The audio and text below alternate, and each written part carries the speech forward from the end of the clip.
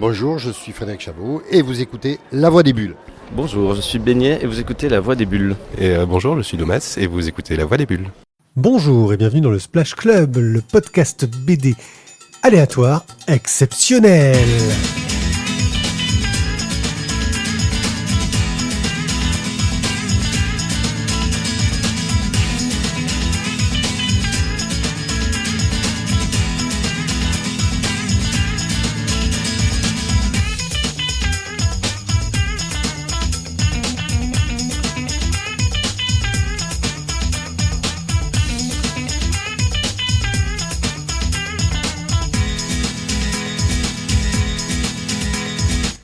Bonjour, bonsoir à tous. Aujourd'hui une émission très particulière. Oui, exceptionnel. Car aujourd'hui nous allons faire quelque chose d'un peu spécial. Nous allons D'original, de nouveau, d'original. novateur. De frais. De frais. C'est très frais. Je suis One Apier, je suis accompagné de Thio Hello. et de Tizak. Bonsoir à toutes. Ouais, non, les mecs, ça m'intéresse moins. On l'avait compris, je crois. Donc, pendant le Festival des Calanques et des Bulles, nous avons eu la chance de rencontrer de nombreux auteurs. Et nous avions quelques interviews que nous avions laissées de côté en se disant on les placera dans une splash page. Puis on s'est dit qu'on n'allait pas laisser traîner ces choses-là, qu'il Exactement. fallait que vous puissiez les entendre avant que ce soit obsolète et complètement inutile. Et donc, aujourd'hui, nous allons décider de faire les chroniques des bandes dessinées de ces auteurs, suivies des interviews. Nous allons donc avoir une chronique de Fatalitas, de Chabot et Monnier, suivie d'une interview de Fred Chabot. Une chronique de Le syndrome du petit pois, suivie d'une interview Fleuve de Domas. Oh oui. Et enfin, une interview de Beignet, dont nous allons chroniquer Santiago. Santiago. Le trou qu'il a failli avoir. mais je l'ai pas eu. Le trou dans le beignet, dis donc. Santono. Ça fait un donut. Oh. Bref, Donuts. une émission exceptionnelle que nous vous proposons gratuitement, comme toujours. Pour l'instant. Ouais, non, parce qu'à un moment donné, les gars, c'est plus possible. Ouais, Mais faut que Ouais, t'arrêtes. c'est plus possible. Faut que t'arrêtes de dire ouais gratuitement. Non, ça fait déjà 2 émissions que tu le dis quoi. C'est trop. Non, mais les gens oublient que comme il faut s'abonner à un podcast, mais l'abonnement est gratos, tu vois. Ouais. Pour les gens, quand tu dis abonner, tout de suite, ils ont l'impression qu'il faut donner des thunes. Ouais, c'est comme ça. Ouais. Bref, une émission un peu particulière, et nous allons tout de suite commencer à vous parler de Fatalitas.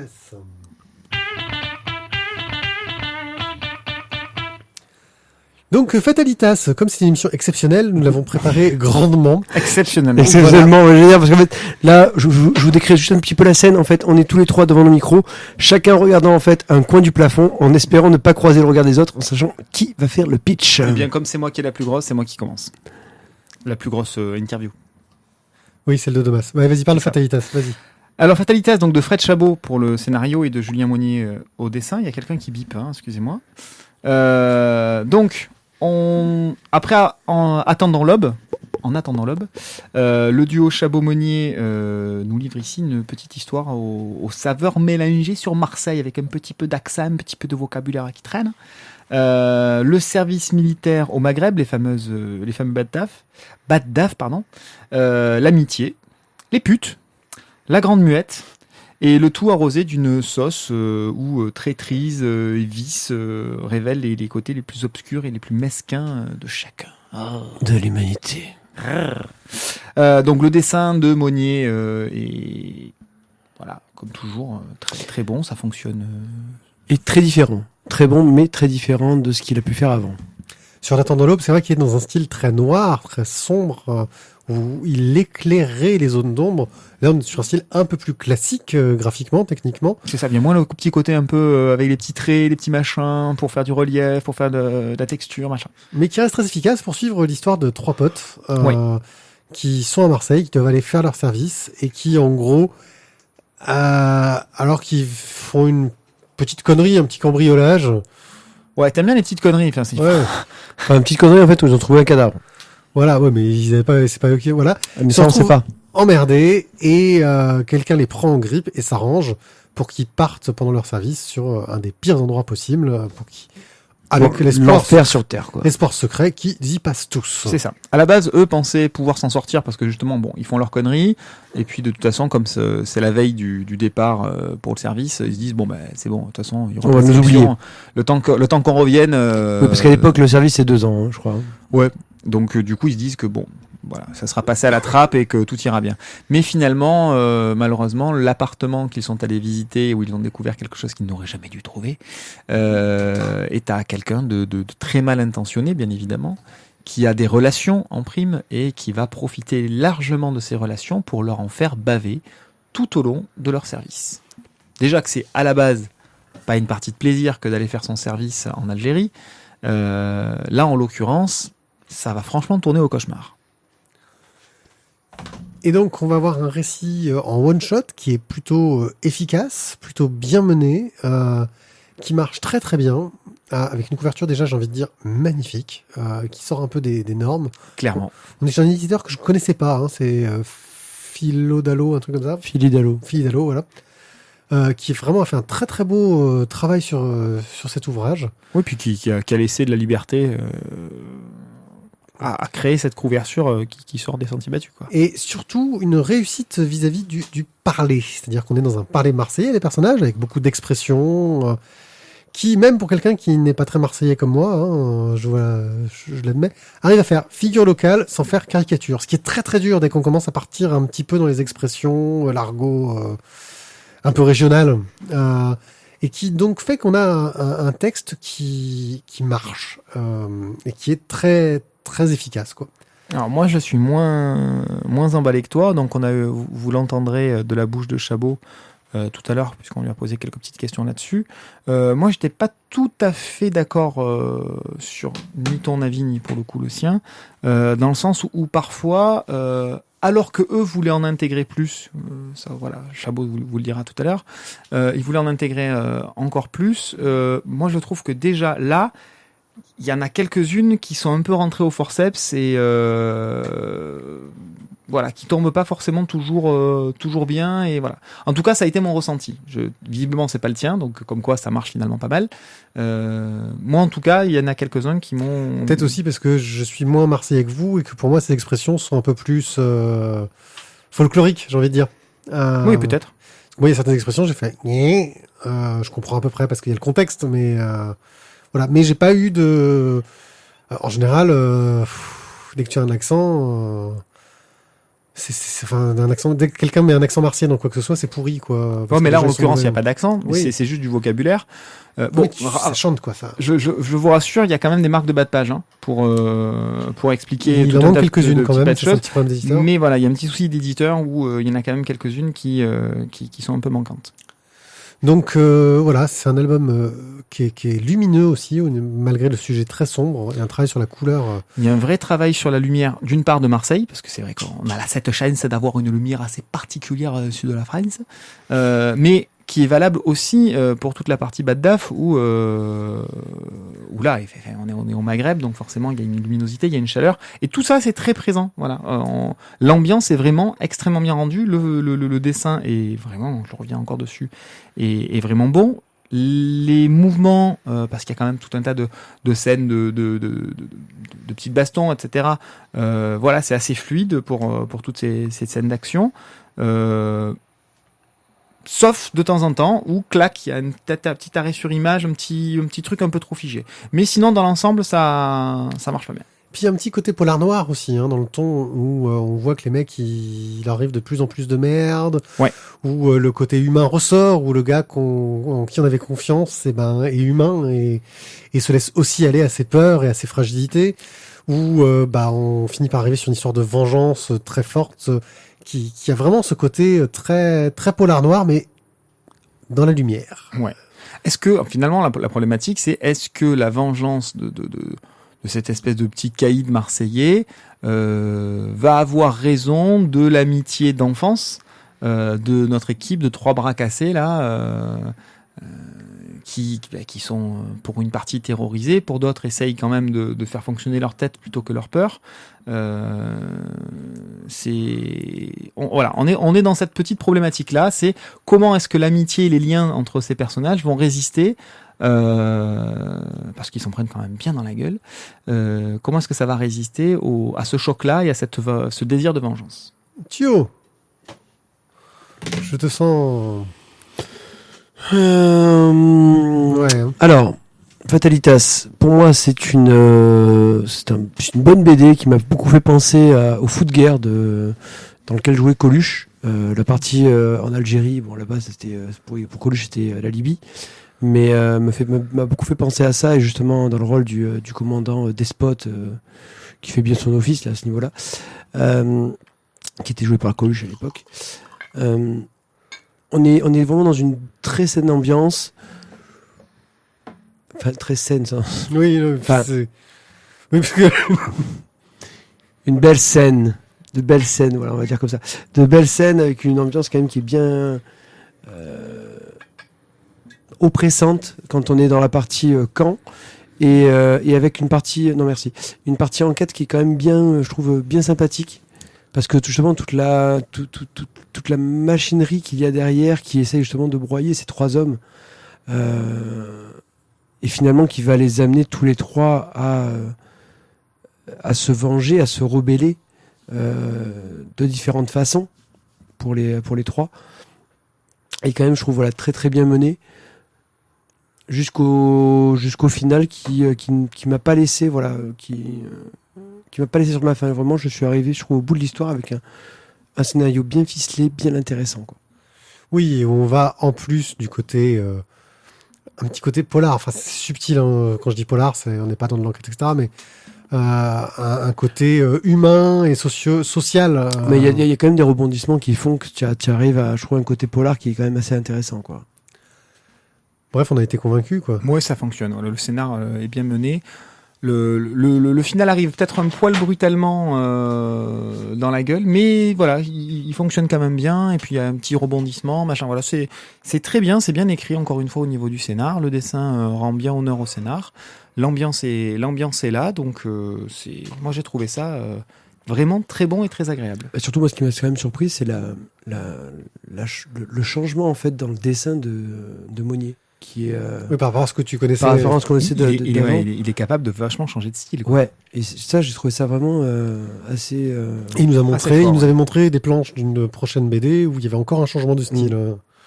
Non, Et ça, c'est Fred Chabot qui va vous en parler. Et puis en plus, Monnier n'étant pas marseillais, il arrive à représenter Marseille de façon assez crédible. Oui, clairement.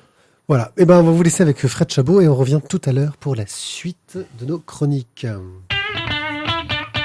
Toujours au festival, donc avec Fred Chabot, donc le scénariste de Fatalitas, de En attendant l'aube et de La Faucheuse des moissons. Quelle est ton actualité aujourd'hui ?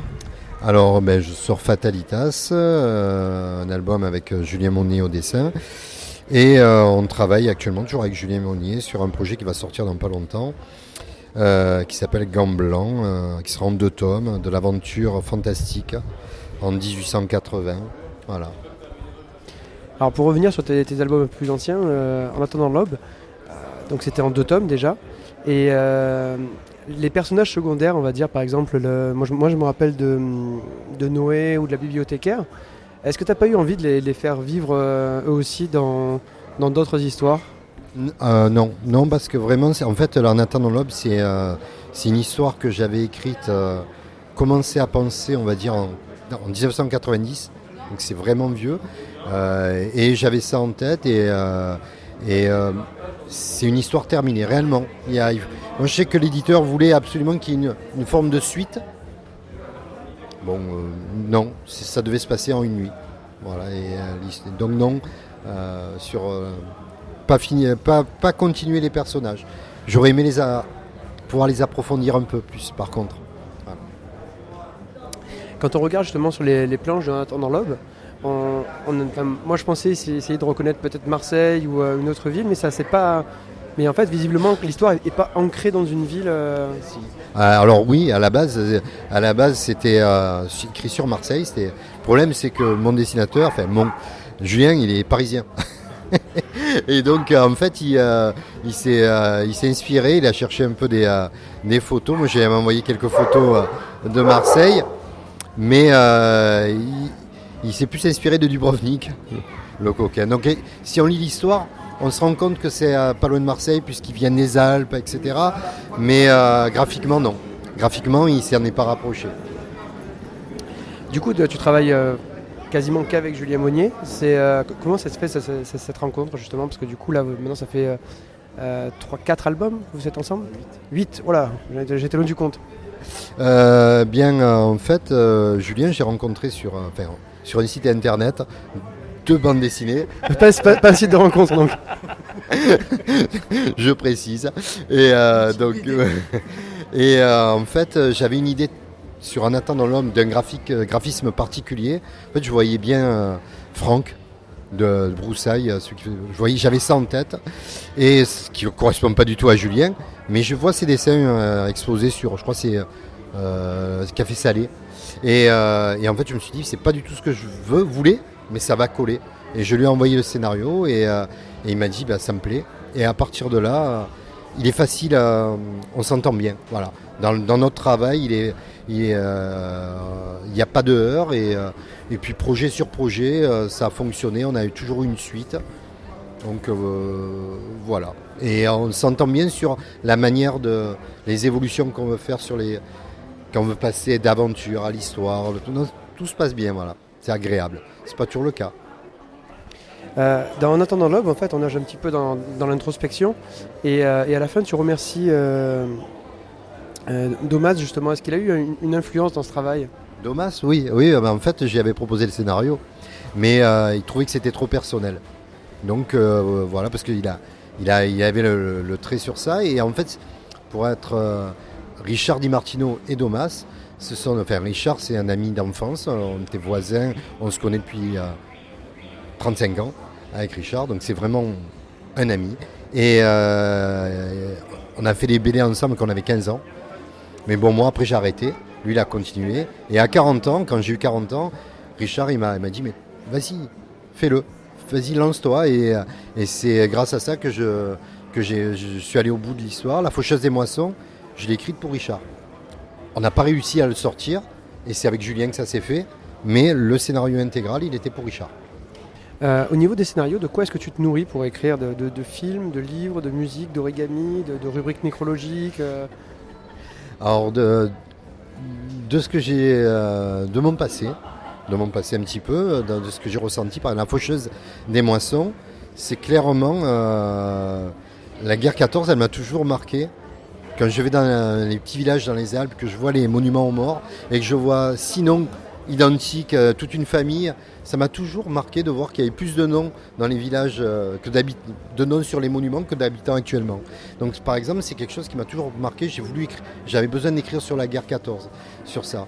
Après, En attendant l'aube, il y a plein de petites anecdotes que j'ai calées qui correspondent à des petits moments de ma vie. Avec des petits passages, avec des gens.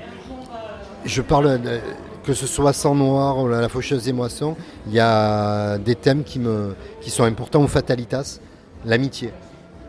Donc on est sur des choses, j'ai envie de parler de choses importantes. Il y a toujours le rôle des amis. Je regarde, il y a très peu d'histoires où il n'y a pas de potes, où il n'y a pas de cycle, où il n'y a pas de malheur aussi, malheureusement. Tout à l'heure, on parlait un petit peu des difficultés d'édition. Celles qui sont rencontrées par certains auteurs, justement, ils se lancent dans le crowdfunding, dans l'auto-édition, un petit peu comme François Moretti, par exemple. Qu'est-ce que toi, tu penses justement de ce système? C'est bien, c'est intéressant. Après, j'y ai pensé. On a un album avec un autre dessinateur, j'en ai fait un qui était terminé, et la boîte d'édition a fait faillite avant. C'est les Tupolev Brothers. Et c'est pareil, il y a un album sur lequel tu t'es donné, tu as envie qu'il vive. Mais après, c'est compliqué à mettre en place, le crowdfunding. C'est pas si évident. J'ai une activité professionnelle derrière, je suis enseignant. L'idée de se dire il va falloir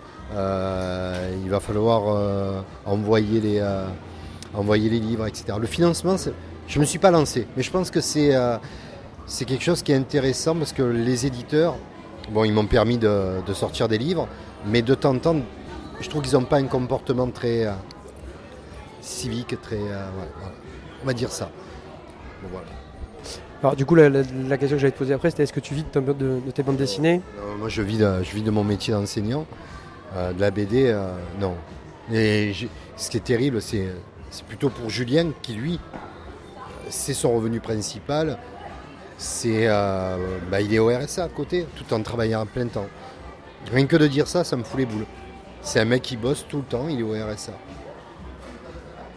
Je reviens 2 minutes sur Fatalitas. Tu as expliqué tout à l'heure que tu n'avais pas eu de souci de lien justement avec Monnier pour arriver à décrire certains personnages, certains paysages. Bon, tu voulais du Marseille, finalement, il a choisi Dubrovnik, tant pis. Est-ce que toutes les expressions marseillaises qui sont utilisées dans Fatalitas, il a fallu que tu lui fasses un petit lexique pour qu'il arrive à comprendre? On commence à se connaître, donc par contre on a essayé de ne pas trop en mettre.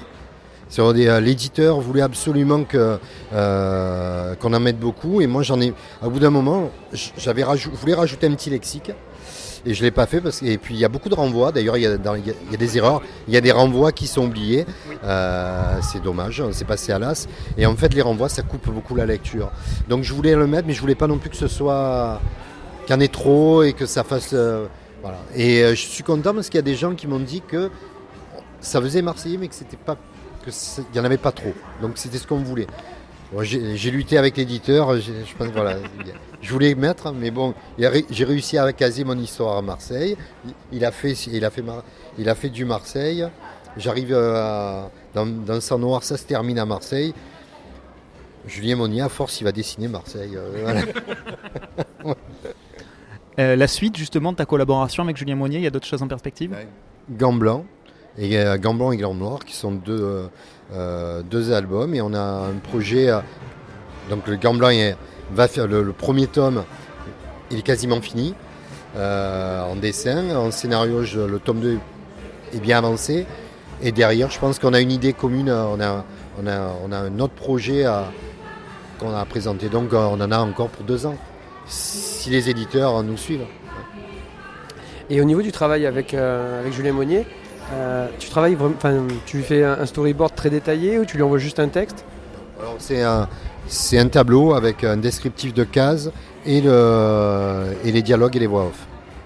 Donc le descriptif, j'essaye d'être le plus précis, sauf quand il y a un dialogue qui est sur une planche, parce que il y a mes limites. C'est-à-dire, je vais faire un champ contre champ, champ contre champ. À un moment donné, le dessinateur, il peut avoir une vue plus dynamique que ce que je propose, et j'ai peur de l'enfermer. Surtout que lui, il a un dessin assez classique. Donc quelque part, si moi je suis sur une vision classique et que lui-même il est classique, ça finit par être vraiment peu de chiant. Donc parfois, quand on est sur un échange de dialogue, sur un dialogue entre 2 personnages, je lui laisse un descriptif vierge. Je lui dis c'est pour ta pomme. Voilà. Sinon le reste, j'essaye d'être le plus précis possible et de lui donner d'essayer de, comme il a des plans, c'est son dessin, de lui donner parfois des dynamiques. Et sur Gants Blancs, le prochain, c'est beaucoup plus dynamique justement, je trouve, en termes de dessin. Mais il a une capacité à évoluer dans le dessin qui est assez impressionnante. Et les couleurs, je trouve, enfin moi j'adore sa gestion des couleurs. En attendant l'aube, il y a un univers graphique très différent. Voilà. Après, les BD, sur les éditeurs, je ne réponds pas à ta question, mais j'avais envie en attendant l'aube, on n'a jamais compris pourquoi il avait fait en 2 tomes. Ça coupe complètement la lecture. C'est écrit pour être en 100 pages. Tu lis 50 pages du premier, tu lis en un quart d'heure. Moi, ça m'a toujours gonflé les BD qu'on lit en un quart d'heure. C'est pas fait pour. La Faucheuse des Moissons, c'est pareil. C'est une histoire qui avait été écrite en 140 pages. Ils ont voulu le couper. La fin du tome 1, tu as juste la présentation des personnages et c'est gâchant. Et là, on nous a les Fatalitas, on est sur un one-shot. J'espère qu'il plaira. Sang Noir, il a mieux fonctionné parce que c'est un one-shot et que tu es allé au bout.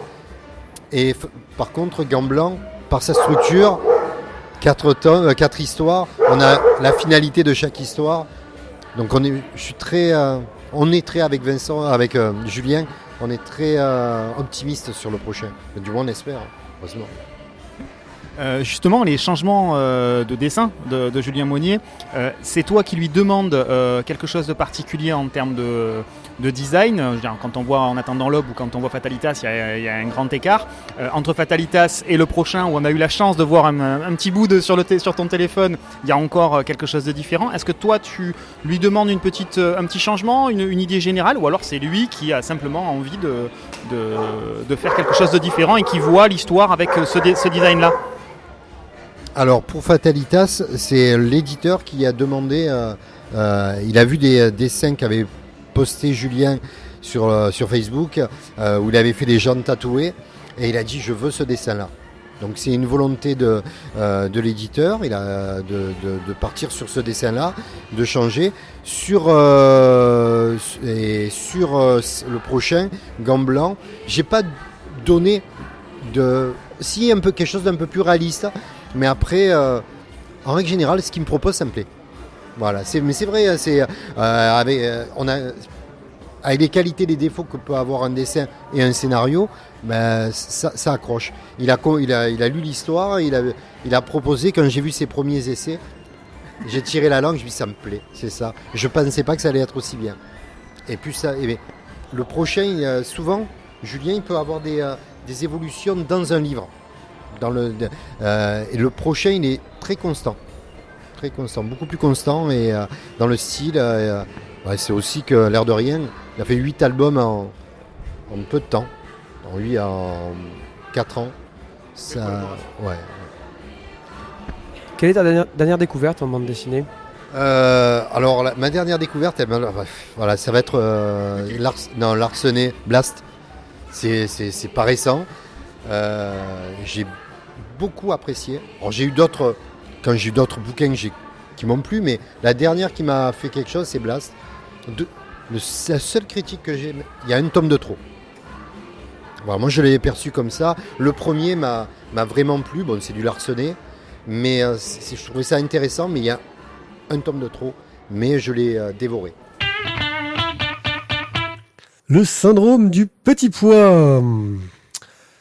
Alors, le syndrome du petit pois est le 3e tome non, c'est le 4e, pardon. Je ne sais plus combien on en est. De Domas, qui nous fait un petit peu oui, c'est le 4e. D'autobiographie, qui nous raconte un peu sa vie. Alors, Domas, c'est un auteur, si vous nous connaissez... Si vous nous écoutez, vous savez qu'en fait, on se prostituerait, on est fou du corps de Domas. On l'aime, voilà. Surtout Isaac. C'est tout Isaac qui nous a fait une interview tout à l'heure qui est un peu longue, mais tellement intéressante. Merci Pierre. Et puis le dictateur qui fait des maintenant, quand même, comme on est un petit peu comme dans positifs. Fréquence Star, en fait, on a les stars qui se confient à nous. Oui. Voilà. Heureusement que le docteur est là. In bed with Donc, Domas. dans les histoires... Non, c'est le docteur Isaac qui les a In donnés bed son with the tome. doc. Dans les 3 tomes précédents, qui ont été regroupés d'ailleurs dans un seul tome qui s'appelle Dans ta bulle, Exactement. trouvable toujours à l'édition La Boîte à Bulles, ça fait beaucoup de bulles tout ça. Vous avez sur d'ailleurs la tout voie un des tas de bulles. petites informations là-dessus dans l'interview. Voilà. Nous raconter dans les premiers tomes comment est-ce qu'il construisait sa relation, comment il se construisait amoureusement, comment son couple se formait et comment Domas grandissait. Mais c'est pas de lui dont il parle de Max et de coquillage. Oui, bien sûr, mais c'est de lui parce qu'on a réussi à le choper et c'est de lui. Putain, on était trop fort. Hein. Et là, il va nous raconter comment un événement de sa vie va le bouleverser et le changer. C'est-à-dire que premièrement, il découvre que sa mère a une forme d'Alzheimer un peu rare, qu'elle donc commence à disparaître, entre guillemets, d'un point de vue intellectuel. Oui, c'est le syndrome de Benson, pour être précis. Voilà. Et lui, en parallèle de ça, commence à avoir des projets créatifs qui commencent à évoluer. Nous avons la pièce de théâtre qui s'appelle Dans ta bulle, qu'il a montée et que j'ai vue et qui est fort bien, qui est très très bien. Bref, entre la création, la perte de l'intellect, comment est-ce qu'on se construit dans tout ça? Justement, ce qui est assez marrant, et il le dit dans l'interview, il ne parle pas que d'Alzheimer, même si beaucoup de gens n'ont retenu que ce point de vue-là, mais il parle plutôt de comment est-ce que lui se construit, se déconstruit, se reconstruit vis-à-vis de ces nouvelles choses qu'il a affrontées, et comment est-ce que c'est compliqué dans son couple. Oui, finalement, lui, il était dans une situation où tout commence à rentrer dans l'ordre. La petite famille se construit, il y a déjà un enfant, il y en a un deuxième en route. Le travail qui... Il y a déjà 2, je crois. Hein. Déjà 2. Hein. Il me semblait que... Non, il y en a 2. Bon, bref. Voilà, bref, le travail est là, il y a du boulot. Bref, la petite vie commence à se mettre en place et ça commence à tourner. Et il y a un gros grain de sable qui vient gripper un petit peu tout ce rouage de bonheur et de petite vie tranquille. C'est la maladie de la maman. Et comment est-ce que ça affecte forcément le fils, en l'occurrence donc lui, Max, et comment ça se répercute sur l'ensemble du quotidien, sur l'ensemble des tensions qu'il peut y avoir du coup après à l'intérieur du couple, et comment est-ce qu'il va essayer de demander de l'aide autour de lui, parfois avec des réponses, parfois sans réponse. Parfois l'aide, il va falloir en donner encore un peu plus, parce que je reprends l'exemple du beau-père qui supporte au quotidien la maman et qui la voit petit à petit dépérir, et lui aussi il a besoin d'un petit peu de moments pour souffler, quoi. Et voilà, donc tout ça, toute cette charge émotionnelle qui pourrait être mais extrêmement lourde, extrêmement noire, extrêmement oppressante, elle est encore une fois retranscrite formidablement bien par Domas, avec cette touche de poésie dont il sait faire preuve. Et qui permet de tenir, alors là par contre c'est un bon pavé, je sais plus combien est-ce qu'on a de pages, ça nous tient en haleine tout le long, sans jamais nous mettre la tête sous l'eau, sans jamais nous mettre au fond du trou, au fond du gouffre.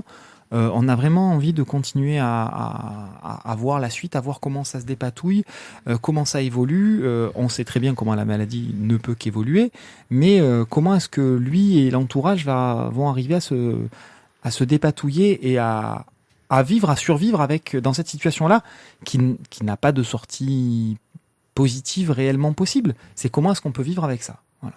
Comment est-ce qu'on peut arriver à s'en sortir dans cette situation. Et tu vois, justement, là, quand tu arrives sur le sujet de comment s'en sortir, c'est, moi, un truc qui m'a quand même un peu laissé à blanc, c'était la fin. Parce que la fin du syndrome du petit pois reste quand même... Moi, je me suis retrouvé à faire... Ah, c'est ça la fin. Déçu par la fin, tu vas dire? Déçu. Déçu parce que c'est pas une... Oui, parce que la vie continue. La vie continue. C'est, voilà, la fin, il n'y a pas de fin. La vie continue. Oui, mais c'est à la fois une qualité et un défaut de ce type d'histoire, c'est que la vie continue. On est vraiment dans l'autobio, hein, sur ce côté-là, et c'est vrai que c'est difficile. Enfin, à moins de tuer tout le monde, c'est difficile de s'arrêter quand tu racontes ta vie. Non, puis on est sur la thématique, notamment, hein, on est sur la thématique de l'acceptation. Tu sais que de toute façon, t'as pas de prise là-dessus. Tu peux pas faire en sorte que les choses s'améliorent et tu ne peux pas espérer que les choses s'améliorent. Donc tout ce que tu as à faire, c'est à l'intégrer, c'est arriver à vivre avec, c'est arriver à accepter, et c'est loin d'être évident, je pense, de voir quelqu'un qui t'a élevé, que tu penses connaître de fond en comble, et qui en fait devient une personne que tu ne reconnais plus parce que c'est plus la même personne, elle perd ses capacités, elle perd son intellect, et finalement au-delà du physique, on accepte très bien la déchéance, hein, j'utilise un mot un peu à la con, mais la déchéance physique parce qu'elle est dans l'ordre naturel des choses, la déchéance intellectuelle, elle transforme la personnalité des gens, et finalement c'est là qu'on se rend compte que c'est par ça qu'on les définit. C'est leur capacité à répondre, leur capacité en termes de caractère, en termes de connaissances, en termes de discussion, de dialogue, d'attitude. Et tout ça, c'est tout ce qui change, c'est tout ce qui évolue justement à cause de cette maladie.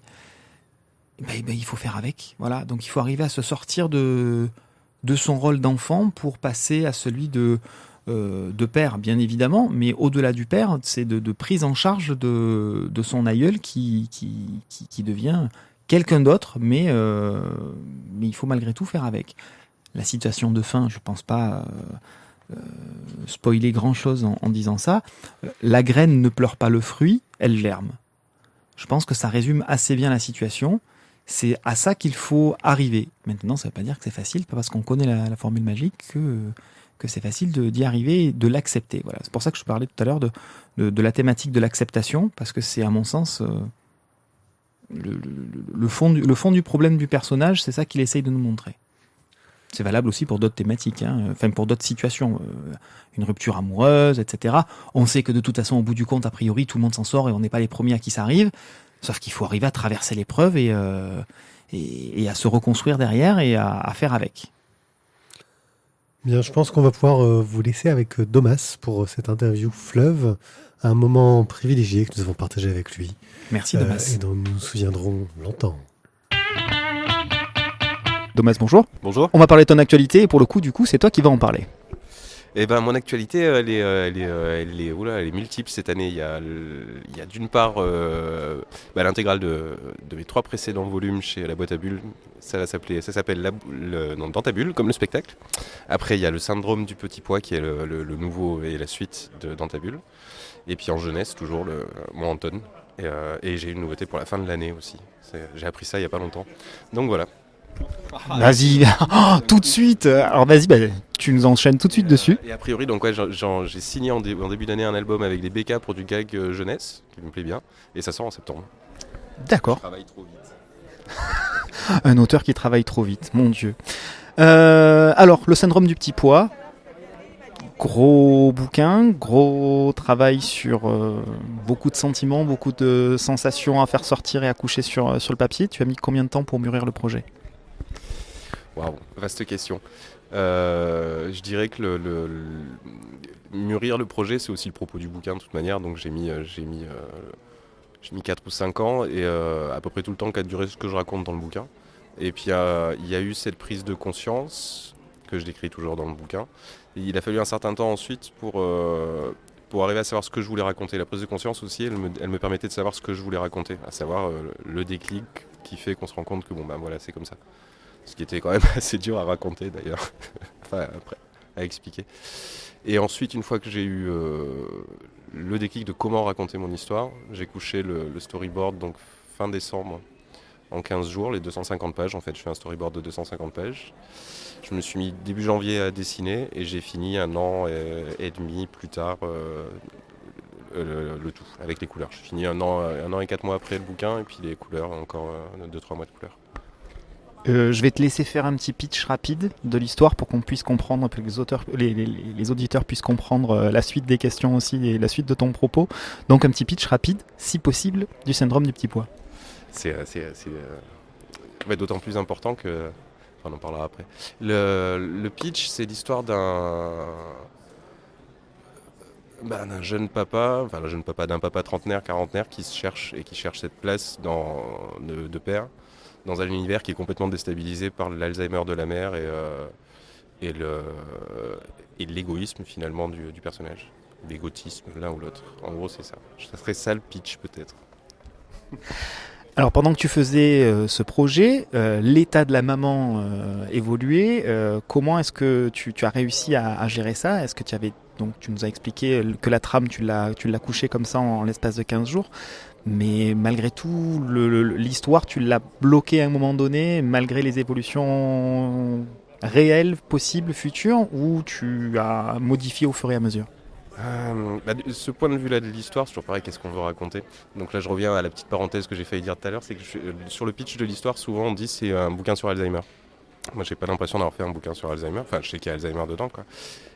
Quand j'ai commencé le bouquin, entre autres, le déclic a fait que je savais comment gérer ce rapport à la maladie de ma mère. Et du coup, je savais que le bouquin allait me permettre d'une part de m'occuper pendant que ma mère s'enfonçait là-dedans, avec l'espoir que elle meurt pas avant, parce que sinon je sais pas si j'aurais fini le bouquin. Elle est toujours vivante, ma mère. Et puis ce qui était pas évident, c'était de replonger dans la trentaine de pages que dure le séjour de Max chez Marie. Mais en soi, c'était mon quotidien de toute manière. Donc de me replonger dedans, même si je vis pas avec ma mère et tout ça, mais c'était dans ma tête mon quotidien. Donc, et surtout, ça me permettait de me souvenir ce que je voulais dire. Et ce que je voulais dire, c'est comment aller mieux. Donc l'un dans l'autre, c'était toujours le bon chemin, quoi. Est-ce que tu t'es posé des questions ? Est-ce qu'à un moment donné, tu t'es dit que tu devais pas faire ça, pas comme ça, pas à ce moment-là, attendre peut-être un petit peu plus que toi tu l'aies digéré, que tu l'aies plus intégré ? Ça a quand même pris un long moment, comme tu l'as dit, ta maman est toujours en vie. Est-ce que cet écart-là entre une maladie qui est toujours en évolution, une personne qui t'est plus que proche, qui est toujours en évolution aussi, ça t'a pas fait te poser des questions ? Est-ce que c'est vraiment pas le moment ? Est-ce que je ne devrais pas plus le mûrir et attendre de l'avoir plus digéré ? Alors si le propos du bouquin avait été Alzheimer, je pense que ça aurait été le cas, j'aurais été obligé d'attendre réellement jusqu'au bout de savoir ce dont je voulais parler. Là, à partir du moment où j'ai fait le bouquin, où j'ai commencé le bouquin, toutes ces questions-là étaient résolues. Je m'en suis posé beaucoup, c'est-à-dire d'une part le rapport à l'évolution de la maladie, de comment je pourrais éventuellement vivre tout ça. Euh, le rapport à ma femme, à mes enfants, à est-ce que j'allais parler de quoi j'allais parler, est-ce que j'allais parler de mon père, puisque je ne parle pas de mon père, est-ce que j'allais parler de mes beaux-parents, et une fois que tout ça a été résolu et a trouvé un sens, surtout pour l'histoire que je voulais raconter, je me suis plus posé de questions. Là maintenant je découvre avec la sortie du livre justement la manière dont on voit le bouquin, donc c'est maintenant que j'ai ces questions qui viennent, mais voilà. Est-ce que tu as pu faire lire le livre à ta maman ? Non, j'ai pas pu lui faire lire. Non. Elle doit avoir 2-3 ans d'âge mental, je dirais un truc du genre. Mais j'ai cette chance qu'il y a eu décrit dans le bouquin qu'elle est réellement affectueuse. À défaut de ta maman, ton entourage familial, tu l'as, je suppose, tenu un minimum informé ou s'est rendu compte de lui-même que tu travaillais sur ce projet-là. Tu as eu des retours positifs, des retours plus compliqués. Même chose, est-ce que c'est le moment, est-ce que c'est pas le moment ? Je veux pas que tu parles de moi dedans. Enfin, est-ce que ton entourage familial a influé d'une façon ou d'une autre ton travail ? Ça a influé pour moi sur la nécessité de raconter certaines choses ou pas. Est-ce que c'est vraiment nécessaire ? Et de fait, ça a impacté sur ma vie privée, hein, mais c'est pas critiquable. Il y a une raison, il y a un sens. C'est sur le rapport de Max et Coquillage, par exemple, qui est très particulier. C'est mon épouse dont je parle, enfin, ou dont je parle pas en fait. C'est un livre, c'est moi qui choisis ce que je veux dire. C'est tout le problème en fait donc pour revenir à ça avec mon épouse par exemple, c'est vrai que le personnage que je décris pourrait poser problème et pose problème, ça fait jamais plaisir de pouvoir passer pour quelqu'un qui sait pas ce qu'elle doit faire. Mais en même temps ça fait partie de ce que je veux raconter. Après précisément en plus, bon oui il a fallu que j'explique quand même à ma femme que c'est moi qui ai décidé de la montrer comme ça, mais que c'était volontaire, c'est pour un scénario.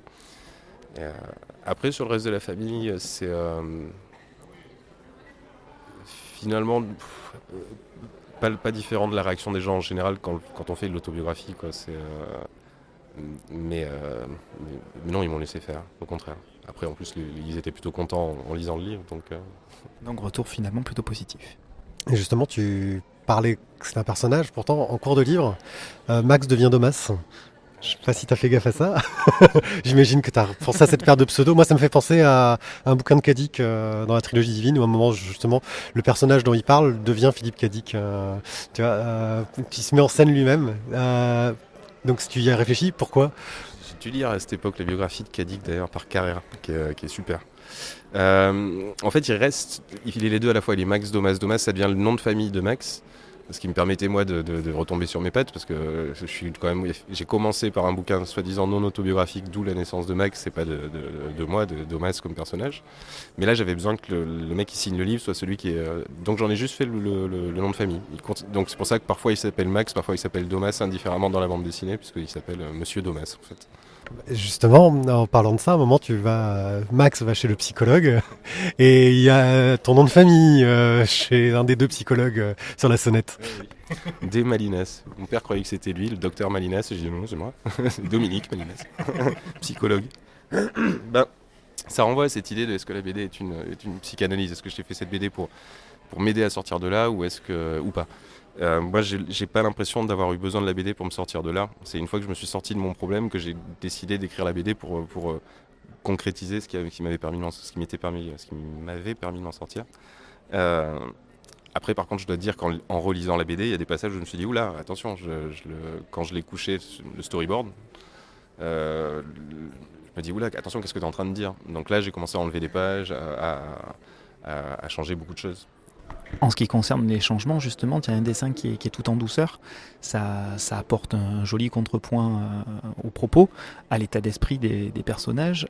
Est-ce qu'à un moment donné, tu n'as pas eu envie de montrer un peu plus de violence dans le trait, dans les sentiments, dans l'espèce de désarroi et de modifier cette douceur pour montrer un peu plus de hargne ou d'autres choses ? Juste dans les passages où je le fais, mais après j'ai effectivement assez contraint la BD. Par exemple, pour le dessin, les précédents sont beaucoup moins dessinés. J'ai basé, je rendais les décors beaucoup plus flous. Mais là, dès le départ, je me suis rendu compte que l'évolution du décor était importée dans l'histoire, parce que c'est un parallèle à l'évolution de la mer. Donc j'étais obligé de tout dessiner. Et casser le trait, le rendre plus abrupt, du coup, je l'ai fait que dans les scènes où réellement il y a de la colère, où ça souligne encore plus le sentiment. Et puis j'aurais pas voulu que le bouquin soit fait trop dans cette énergie-là. Il fallait vraiment de la douceur quand même pour le bouquin.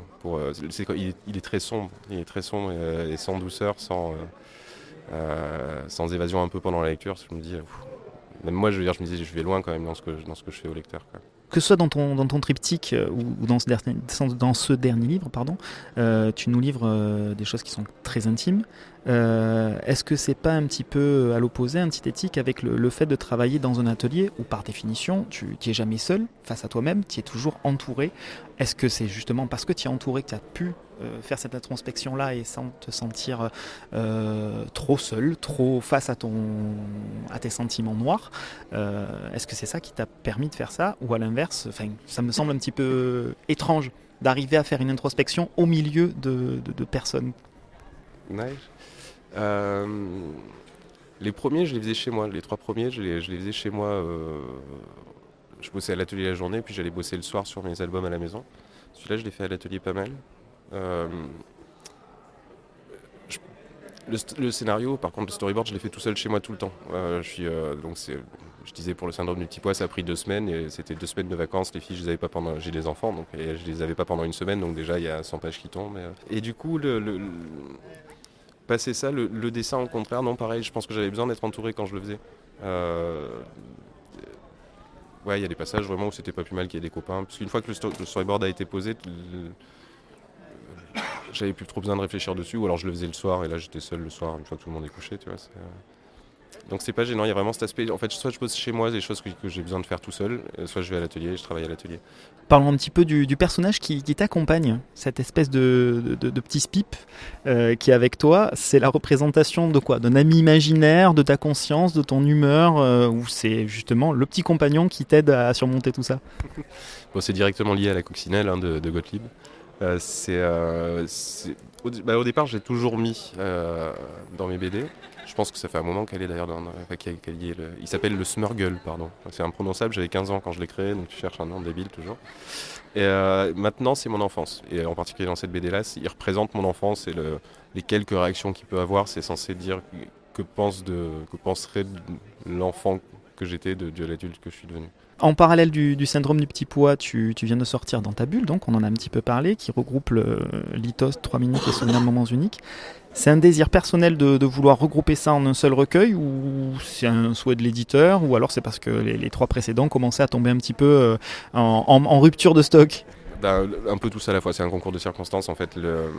Ils tombaient tous à la fin, voilà, ils tombaient en rupture de stock. Soit on réimprimait, soit on faisait une intégrale. Le fait qu'il y ait le spectacle Dans ta bulle qui soit sorti, on se disait c'est quand même plus intéressant pour eux, marketingment parlant, de sortir une intégrale qui s'appelle Dans ta bulle avec la même couverture que on espère les gens reconnaîtront et du coup achèteront. Donc là, après l'intégrale, on aurait pu rééditer les albums, je crois qu'ils les avaient mis dans une forme de réimpression qui permettait ça, mais voilà, c'était une envie de l'éditeur. Je lui ai demandé ce qu'on se fait une intégrale, il était là, ouais, ça peut être sympa. En plus, on a la sortie de l'album, donc c'était une envie. Ouais. Alors encore un album qui utilise le mot bulle. Pourquoi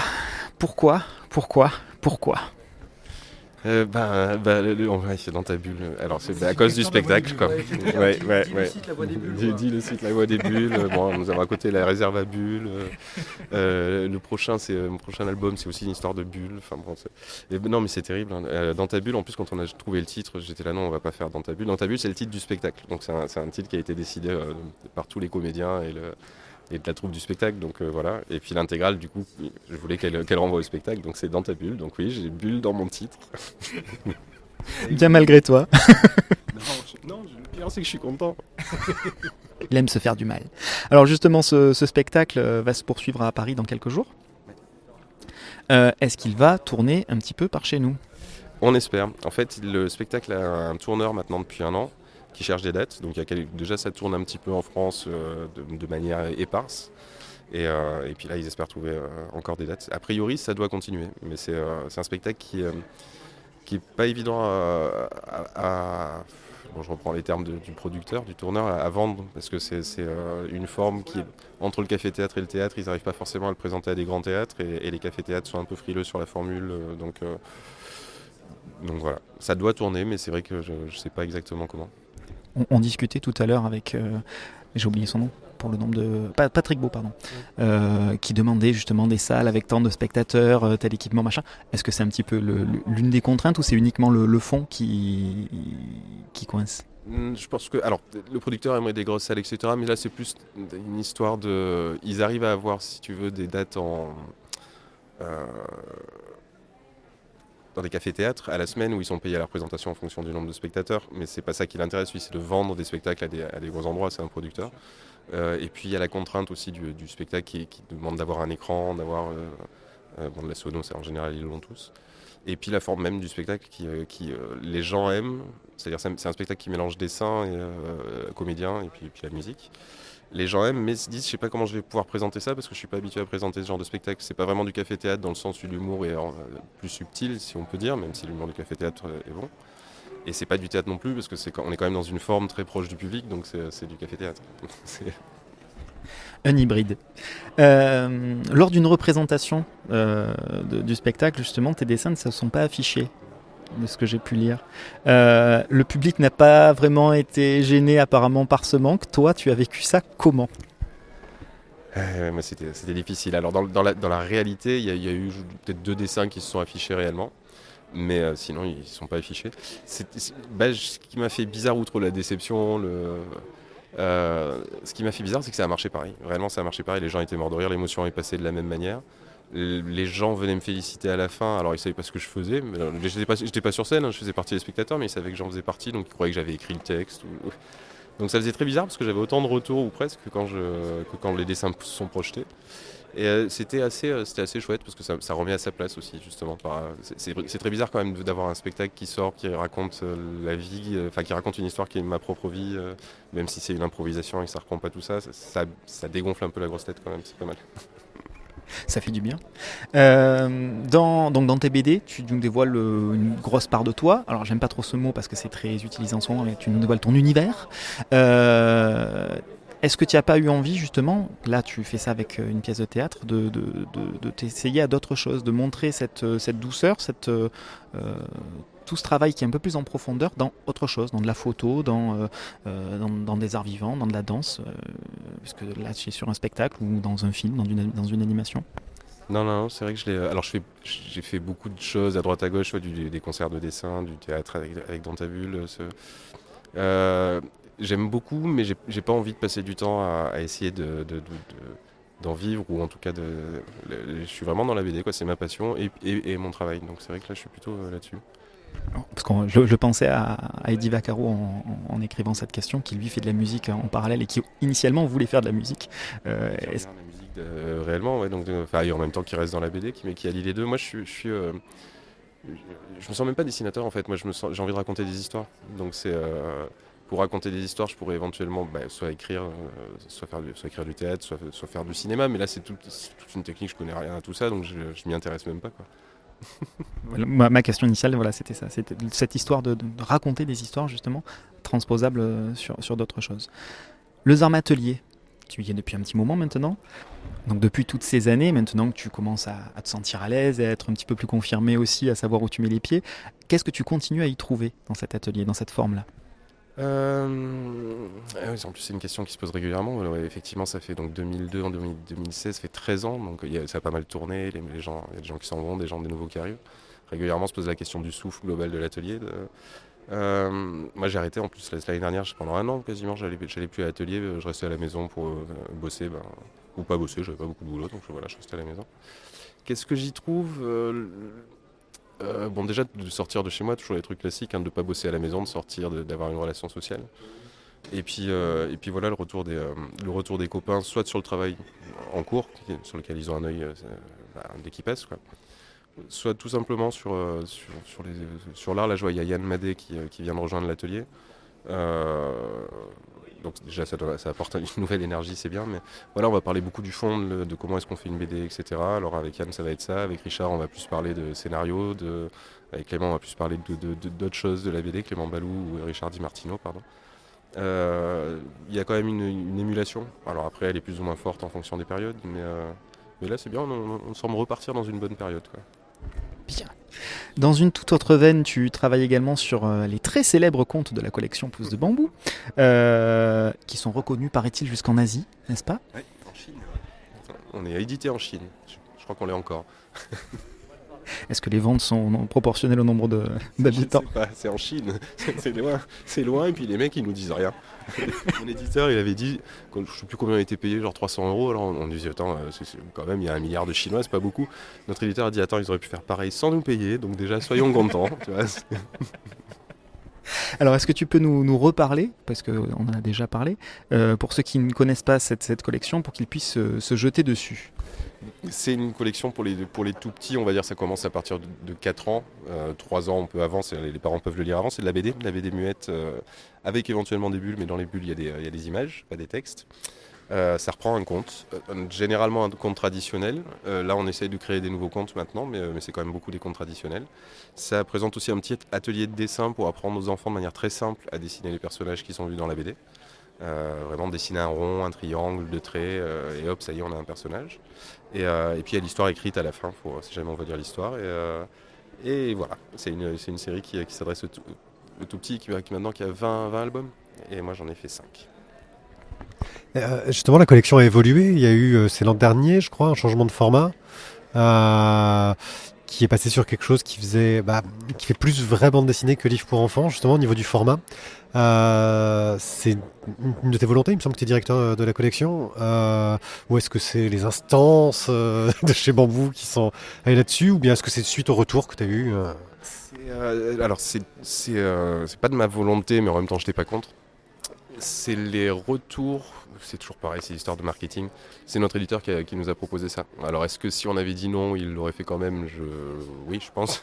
J'aime beaucoup mon éditeur, mais moi il nous aurait dit les gars, déconnez pas, quoi. C'est la collection en fait, c'est toujours pareil. Quand les BD, on en vendait de moins en moins, donc il fallait trouver un moyen pour en vendre plus. Donc eux, l'idée c'était qu'elle soit plus visible, donc avoir un album plus grand. Du coup, pourquoi je suis pas contre, c'est parce qu'on est passé d'un objet qui était vraiment très mignon, très pour enfants, premier album, tu peux le poser sur ton oreiller, dormir avec, il est tout mou.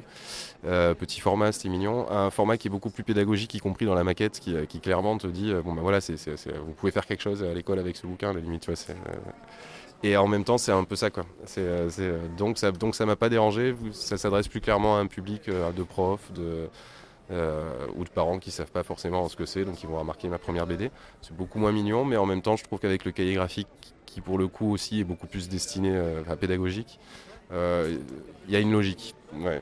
Et a priori il semblerait quand même que en tout cas pour la chèvre, c'était un des derniers sorties, c'était la chèvre, ça a quand même redonné une visibilité, donc voilà. Après, j'avoue que j'étais pas contre. Je trouve ça dommage, on a perdu un côté mignon.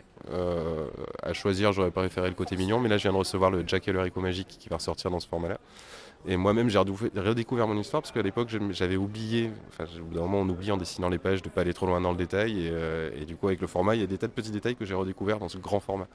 Donc, je suis content. Voilà. Non, du coup, je disais que voilà, j'ai allé dans ton sens en me disant que ça fonctionne beaucoup, je trouve beaucoup mieux en fait en grand format. Qu'en petit, voilà, parce que du coup on en avait parlé l'année dernière sur le dessin. J'avais essayé avec mes élèves de faire dessiner c'était les 3 petits cochons. Ouais. Un échec cuisant, un grand moment de solitude, un truc.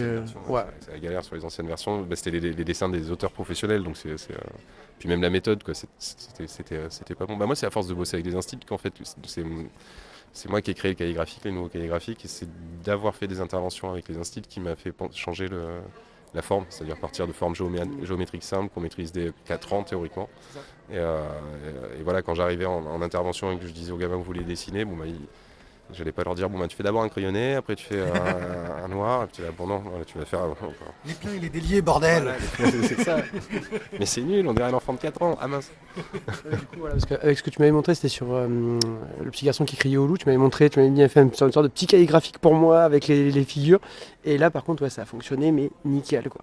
Les petits, ils étaient trop contents de se dire ça y est, j'ai réussi à faire un loup, j'ai fait un rond, 2 triangles, c'est parti, quoi.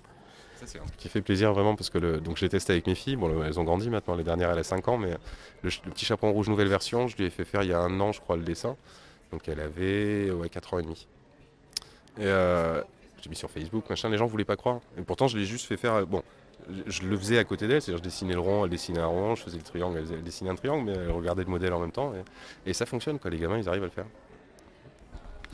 Alors cette petite bulle de travail, j'ai placé le mot bulle moi aussi, sur les comptes, est-ce qu'elle te sert de bouffée d'oxygène en contrepoint du travail bien plus introspectif que tu peux faire sur le reste de tes productions? C'est une vraie bulle pour toi, ça, ou c'est simplement différentes parties de ton travail que tu aimes tout autant? C'est une nécessité ou c'est simplement l'état de fait des choses? C'est. Ah, mais j'ai pas vraiment pensé comme ça. D'une part, c'est une nécessité, c'est-à-dire si je faisais que mes BD autobio, j'aurais du mal à faire. Enfin, j'aurais du mal, je ferais pas de BD, quoi. Enfin, tu vois, ça me rapporterait rien. Et le pouce de bambou, c'est pas non plus l'éclate, mais bon, c'est vrai que du coup, c'est un boulot et c'est toujours rassurant. Après, une bulle en tant que repos, par exemple, quand je faisais le syndrome du petit pois, en même temps, ce que je faisais un pouce de bambou, et je faisais Anton. Je sais pas. Non, j'ai quand même assez de recul, même sur le syndrome du petit pois, j'avais assez de recul quand je dessinais pour rester à part certains passages, quoi, mais on parlait d'Elie Vaccaro la dernière fois quand il dessinait. C'était Young, donc c'est une BD sur un boxeur qui meurt dans les camps. Voilà, je lui disais mais ça te fait pas du mal de dessiner les camps tous les jours? Et il me disait non, et puis bon, en même temps, oui, on voyait bien que ça lui faisait pas du bien, quoi. Et, voilà, on s'en rend pas forcément compte. Mais non, pas forcément une bulle. Là, la nouvelle série que je fais, c'est peut-être aussi à l'opposé le fait d'enfin bosser avec un scénariste. Parce que pour Anton l'éléphant peintre, j'avais pas de scénariste. J'avais un auteur qui m'a écrit un texte, mais c'est moi qui l'ai adapté en scénario. Alors que là, pour une fois, je bosse avec des gens qui me donnent case 1, case 2, prise de vue. Alors je décide de comment je dessine. Et ça, c'est très reposant parce que du coup, je plonge complètement dans l'univers que par hasard on a créé ensemble. Donc c'est vraiment un univers qui me plaît. Et là, pour la première fois, pas pour la première fois, j'ai redécouvert le plaisir de dessiner pour m'immerger vraiment dans le dessin et m'amuser à dessiner un petit personnage et qu'il arrive des aventures toutes bêtes, hein, c'est rien d'exceptionnel. Mais par contre, je suis là dans le dessin, je me régale. Bah justement, c'était la suite, il y a en partie répondu. Ton prochain conte adapté et ton prochain roman d'introspection autobiographique ou pas?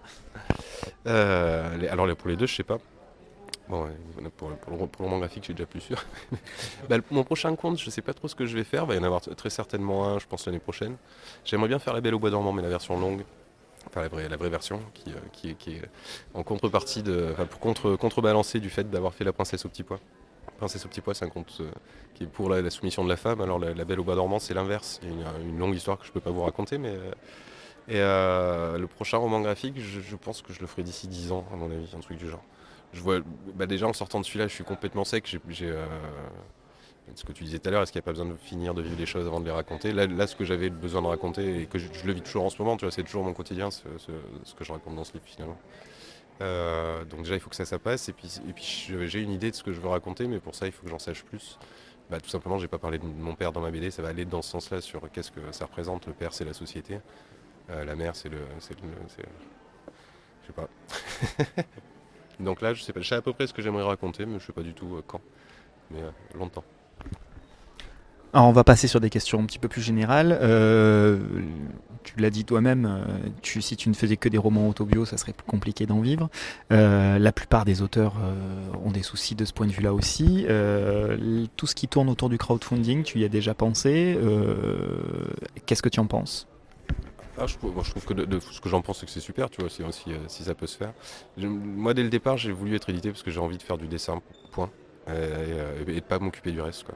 Parce que justement, sur des bouquins comme ceux de la boîte à bulles, c'est des ventes qui sont autour de 1000 exemplaires, tu vois, donc je pourrais effectivement me dire, je vais m'auto-éditer. Mais non, ça m'intéresse pas, il faudrait envoyer les... Non, c'est trop de travail. Même en crowdfunding, quoi, envoyer par internet, j'aime bien être assis à mon bureau et dessiner, en fait. Et justement, la BD numérique, ça pourrait être une solution, publiée en direct sur un blog ou ce genre de choses. Est-ce que toi, tu lis de la BD numérique ou pas? J'en lis pas. Je pense que pour faire la BD en numérique, il faudrait le faire en amont, c'est-à-dire penser une forme. Le problème de la BD en numérique, c'est que la BD, c'est un média qui est lié à une forme qui est la double page pour moi. À l'époque, je faisais beaucoup de blogs, moi, ça fait longtemps que j'en fais plus. Il y a quand même une autre forme qui se mettait en place, qui était la colonne. Donc j'avoue que ça m'attire pas de me lancer là-dedans. Ou alors il faudrait vraiment aller sur un truc de fond et réfléchir à qu'est-ce qu'on fait, mais c'est touffu. On a justement Monsieur Balak avec nous sur le festival. Le Turbo Média, tu t'y es déjà essayé, tu t'es déjà un peu renseigné. Non, je vois même pas ce que c'est. Donc tu es convié à venir demain après-midi assister à la conférence avec Balak et Clem Clé, présidée par El Dictator Pied-Pied, pour en apprendre un petit peu plus sur le Turbo Média. Bah avec grand plaisir. Il y aura de la bière. Super. Alors ta dernière découverte en bande dessinée, et tu vas pas nous sortir un Bessadi s'il te plaît. Alors ma dernière découverte, mais c'est un truc qui est vieux, et vraiment par hasard, je suis passé la dernière fois à Leclerc en plus. Je suis méchant, mais je suis passé voir s'ils avaient mes BD. Et, ils avaient mes BD, alors j'étais content. Puis quand on partait en vacances, je voulais une grosse BD, puis j'avais envie d'un gros pavé, mais j'ai pas demandé au libraire. Je me suis dit, c'est un libraire Leclerc, je vais pas lui demander. Et en fait, il est venu me voir et il m'a demandé ce que je voulais, donc je lui explique, je veux un gros pavé, et il m'a filé un truc super qui s'appelle la Brigade Chimérique. Et j'étais, je suis bluffé quoi. C'est une sorte de dessin de Mignola sur un scénario d'Alan Moore. C'est une BD française et c'est très très bon. Je crois que c'est chez La Talente. Ouais. Et grosse découverte quoi. Je m'attendais pas du tout à ça. Un gros pavé vraiment vraiment super sur la disparition des super-héros français. Pourquoi est-ce que dans les années 30 pourquoi est-ce qu'aujourd'hui on n'a pas de super-héros? C'est parce que dans les années 30 ils ont disparu. Alors pourquoi? C'est ce qu'il raconte. Et c'est vraiment, vraiment bien foutu, quoi. Ça, c'est ma dernière BD. Après, il y a aussi un truc que j'aime beaucoup, et je l'en parle, mais parce qu'il est là. Il y en a d'ailleurs deux dont je vais parler. Il y a Beignet qui m'a fait beaucoup rire avec son Bonsoir. Et puis il y a Yann Madé, mais je crois que je l'ai cité tout à l'heure, avec son Cher Mokhtar qui m'a beaucoup fait réfléchir. C'est les découvertes de cette année. Beignet, j'avais déjà découvert il y a longtemps, mais à chaque fois, il me fait mourir de rire. Il est peut-être temps de repartir sur un peu de légèreté. Avec Santiago. Santiago, chez Vraoum. Bah déjà, quand on est chez Vraoum... Déjà, Santiago, donc par Beignet qu'on a rencontré donc, au festival des Calanques et des Bulles. Et pas BGNet. Hein. Et donc, pas BGNet. BGNet. Donc on ne sait pas grand-chose. Hein. Non mais en même temps, tu sais, je veux dire, c'est toujours facile de rire, mais quand tu as juste des auteurs en fait qui choisissent donc un B-Génet comme nom, tu le prononces comment? Tu prononces toutes les lettres, tu fais B, puis Niet. Beignet, voilà, c'est pas facile, je trouve. C'est pas évident. Donc, commercialement parlant, je trouve que c'est pas... Alors, de quoi ça nous parle? Eh bien, ça va nous raconter l'histoire de l'Ouest sauvage, l'endroit dangereux.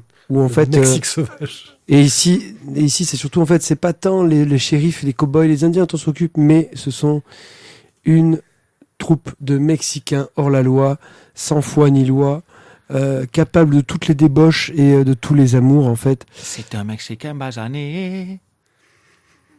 Donald. Si. Et voilà, Donald était avec nous. Donc, c'est une histoire quand même assez barrée. Aïe, caramba! Même à peu près totalement barré, où il y a des trucs d'un autre monde, quand ils sont dans la petite ferme avec les Indiens dehors. C'est totalement inconcevable, mais ça arrive. On est dans la parodie de western. C'est construit par court chapitre. C'est ça, mais en fait on suit quand même une histoire globale. On a toujours donc la même troupe. Il y a une petite trame derrière. La même troupe de Mexicains en fait, on va dire qui fuit, qui devient hors la loi, qui sont des hors-la-loi de bas étage au départ. Mais ils veulent devenir des grands hors-la-loi. Mais devenir des grands hors-la-loi qui Tu seras un grand, mon fils. Qui auront un vrai avis de recherche avec des milliers de dollars à la clé. De pesos. Ouais. Et ben voilà, finalement, est-ce qu'ils vont y arriver, est-ce qu'ils vont pas y arriver? Mais surtout, on va les suivre dans toutes les merdes dans lesquelles ils vont tomber, les quiproquos qu'ils vont provoquer. Voilà. Moi, j'ai trouvé ça très drôle. Il y a des moments où je me suis quand même bien fendu la poire. Il y a des moments où j'ai un peu moins ri. C'est comme dans tout système de blague. Hein. Il y a certaines qui fonctionnent un peu moins bien sur les personnes. Mais il y a des moments là qui étaient quand même très très très très bonnards. Moi, je trouvais le démarrage un peu difficile parce qu'on est sur des histoires très courtes et au début, c'est dur de rentrer dans les personnages. Ouais, rentrer dans les personnages. Le fil rouge se fait petit à petit. Et en fait, plus tu commences à connaître les personnages, à connaître leurs qualités, leurs défauts, à t'attacher un peu à eux entre guillemets, t'attacher parce que ils sont tous plus cons les uns que les autres. Ça coule vachement mieux, c'est fluide, c'est sympa. Puis en plus, il s'éclate d'un point de vue graphique à nous faire des grands paysages à la Jean Giraud, tu vois, dans Blueberry, à nous sortir des tronches. Le côté Blueberry est clairement marqué. Ouais, bien fort. Bah, sur la colorisation, hein, on le trouve, et sur la façon dont sont notés les titres aussi de chaque chapitre. Ouais, il nous prend un peu tous les codes de la BD western, il nous les déforme, il part dans tous les sens. Et il va dans l'absurde et dans le drôle, quoi, parce que, ouais, c'est des mecs, ils veulent devenir grands en faisant un travail de merde, en fait, j'ai envie de dire. Et ils sont pas aidés, parce que, ils sont pas aidés. Et puis ils ont de la concurrence, hein, le Mexicain blanc, là. Voilà. Franchement, un bon moment de rigolade, quoi. Mais petite question, Santiago, c'est qui? Santiago, c'est le chef. Voilà. C'est le chef.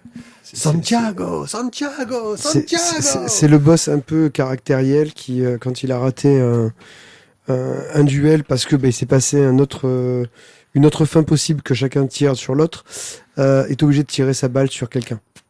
Le gros. Quitte à ce que ce soit un de ses potes. Le gros Ouais. Sancho Panza. Ouais. Et puis voilà, donc du coup, tout va être remis en cause, on va dire, dans le groupe quand Chico va arriver. Aïe, caramba! Et Chico, en fait. Aïe, la mujer! Chico est une femme. Et là, ça va être la pagaille. Chico, c'est la chica. Parce que Parce que une tout le femme monde qui veut la s'appelle- sauter, mais il y a un chef qui dit non.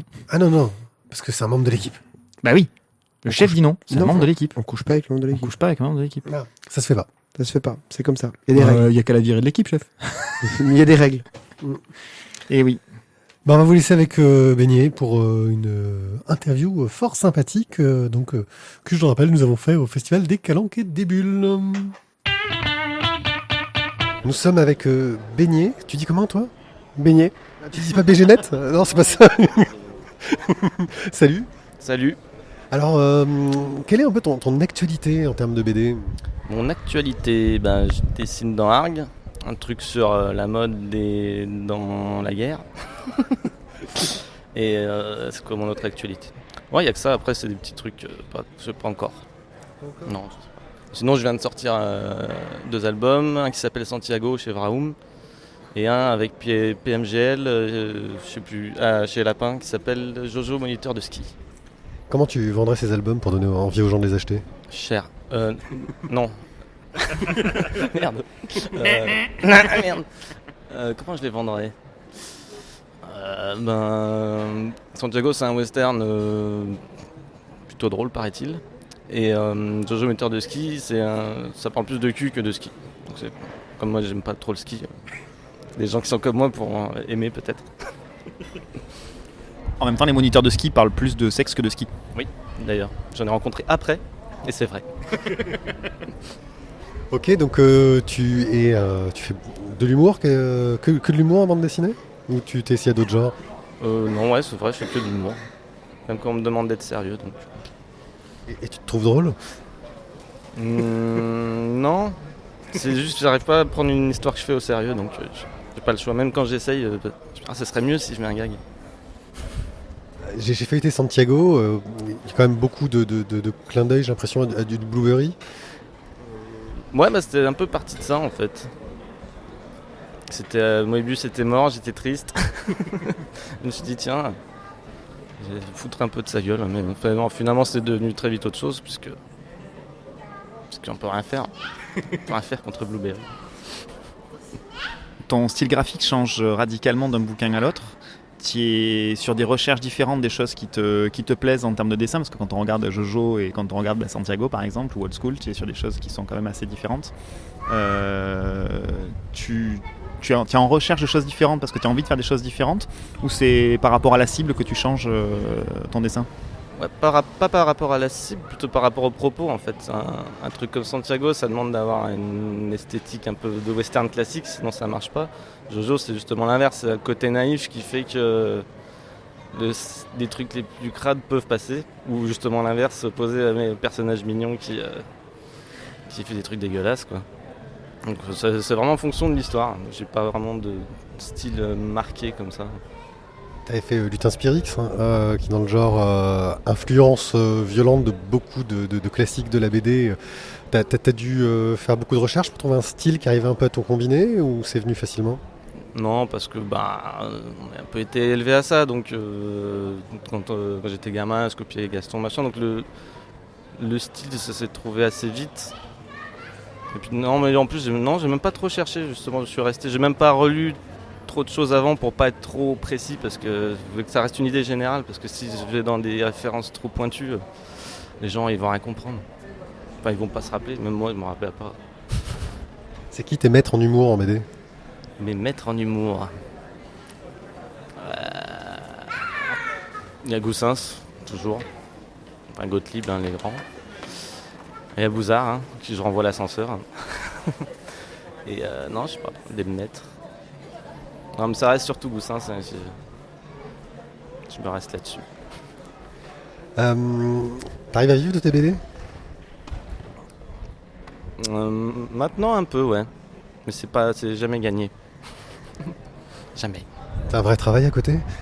Non. Pas du tout. Ah oui, non, ça doit pas être gagné du tout alors. Ah non. Non, mais des commandes peut-être un peu moins BD, plus illustration, mais même ça c'est foireux. Donc je vais plutôt faire que de la BD, quitte à ce que ce soit foireux. Autant faire ce que je veux. Tu t'intéresses un peu à ce qui se fait en BD sur internet, soit les nouvelles formes de narration, soit le fait de simplement publier des trucs sur le net. Je pense à une forme de narration, je pense Turbo Média, une nouvelle façon de raconter, ou le blog BD tout bêtement. On avait essayé, Santiago s'était publié d'un mauvais esprit, qui n'a pas vraiment pris, ça rime. Et non, après, ça m'intéresse pas trop. Personnellement, j'aime pas trop lire sur écran, donc je m'y intéresse pas. Si la BD en ligne, ça me gêne pas, c'est un moyen de la diffuser, mais après, les petites combines de Turbo Média, je sais pas, je trouve ça pas très intéressant. On est entre de l'animation, mais ça en est pas, du jeu vidéo interactif, mais c'est. Enfin, je sais pas, ça donne pas le change en fait. Et toutes les opérations type crowdfunding, des gens qui essaient de vendre leur projet directement sans passer par un éditeur, tu t'y es intéressé ou t'en as rien à faire, tu préfères travailler par un éditeur qui fait tout le boulot à ta place? Ouais, j'aime bien, ça me fait un regard comme ça, donc je préfère avoir un éditeur. J'ai jamais lancé de crowdfunding, j'ai jamais participé non plus. Je suis cohérent. Mais non, ouais, peut-être un jour je le ferai. Le travail participatif en groupe, sur Lyon, tu bosses sur une revue où vous êtes un petit peu nombreux, quelques-uns en tout cas. C'est quelque chose que tu aimes bien, de travailler comme ça un petit peu sur du collectif, justement pour avoir un regard peut-être extérieur, ou alors c'est chacun dans son coin et après vous remettez ensemble sur un journal? Ouais, c'est bien parce que c'est bien parce que ça fonctionne. Si ça n'avait pas marché, j'aurais dit c'est nul. Mais non, ce qui est bien, c'est de voir qu'on trouve des solutions différentes au système du livre en ce moment qui est un peu mal foutu. Et c'est bien, ça peut apporter quelque chose de différent, quoi. Parce qu'on est en local, c'est plus efficace que des BD nationales des fois. Enfin, moi, je vois sur mes albums, avec les rues de Lyon, c'est mieux foutu, on communique mieux. Bon après, faut donner du temps et tout, mais je m'esquive souvent. Vous avez travaillé en atelier justement un petit peu pour cette création-là, ou vous avez simplement recollé après ensemble vos morceaux individuels? Alors moi j'étais pas complètement à la fondation, donc c'était plus, je sais plus qui d'ailleurs. C'était Olivier Jouvray, Kieran et j'oublie. Il est très bon, j'oublie, je l'aime beaucoup. Ouais. et voilà, moi je suis plus greffé là-dessus, mais j'ai pas vraiment lancé le truc. Mais c'est sûrement partie de l'atelier KCS, enfin Olivier Jouvray qui je pense quand même porter le truc. Après moi j'étais un peu en retrait. Justement, moi j'ai pas envie de me lancer le truc et de faire des crowdfunding. Bosser dans de la revue, ça te donne des contraintes au niveau du boulot. Mais déjà, ça te donne du boulot, mais est-ce que ça te donne des contraintes? Est-ce que ça te force un peu à aller dans certaines directions? Ou est-ce que tu as une liberté totale Ils sont pas très exigeants. Enfin, ils me disent pas fais tant de pages pour tel mois, je peux ne pas le faire, mais à l'écart en tout cas, ça me stimule parce qu'ils me disent ouais, on veut des pages, donc j'en fais. Et puis ouais, ça m'oblige à faire des pages tous les mois. Puis j'aime bien les histoires courtes en fait. Moi, le format court, ça me va. En général, l'histoire de certains albums, moi je les fais en 3 pages et je me dis. Donc je passe à autre chose. Je me lasse vite aussi. Donc ouais, le magazine, c'est bien pour moi. Et d'autres projets, justement, en histoire courte, ou peut-être un projet plus ambitieux, une grande saga en 3500 tomes Ouais, mais je me dis toujours, j'aimerais faire ça. Et puis voilà, comme je viens de dire, je me lasse vite, donc c'est assez risqué. Faudra vraiment que je trouve un truc terrible pour faire ça, mais j'y planche. Mais là, en ce moment, je suis plus dans l'écriture, donc je sais pas encore où je vais, donc je peux pas spoiler. Ta dernière découverte en BD est-ce que tu as réussi à y réfléchir depuis qu'on t'a posé la question? Non, je la retrouve pas. Mais en tout cas, dans les auteurs que j'ai découvert il y a pas longtemps, j'aime bien ce que fait Geoffroy Monde, c'est assez absurde. En fait, ça a l'air complètement barré, mais c'est un vrai travail, à mon avis, qu'il fait pour organiser un truc qui a l'air de ne pas l'être. Donc j'aime bien ce qu'il fait. Bien, j'espère que vous avez apprécié cette émission Exceptionnelle. spécialement exceptionnelle de la mort. C'est fini. J'espère que vous n'en voudrez pas à Ti pour sa 43e reprise de ce titre fort connu, car il nous le fait très régulièrement. Si, tu as oublié, c'est l'alcool. Voilà, c'est fini. On revient très vite pour une émission un peu plus standard, mais pas tant que ça. On verra. On On verra. va nous donner la surprise de savoir Voilà, quel c'est- format, lequel de nos formats exceptionnels nous prendrons pour la prochaine fois. Pour cet été. Voilà. En On tout est cas, merci multicarte, de on nous est avoir écoutés. N'hésitez très pas à adaptatif. laisser des commentaires, des étoiles sur iTunes. Des trucs pour nous dire que vous aimez ce qu'on fait ou pas. Vous avez le droit de dire du mal tant que vous mettez plein d'étoiles sur Ou iTunes. pas, en fait. Ou Ouais. pas, parce que ça va vite nous gonfler s'il met des trucs qui nous plaisent pas. Non, moi ça me va bien, comme ça je peux le troncher derrière d'un truc terrible. Ouais, mais toi, fais gaffe, parce que déjà, tu vas te faire défoncer à la rentrée par Deliver Lego. Parce que elle sera là. Là, tu vois. Au bout de la table, je l'invite, vu que j'ai sur la splash page.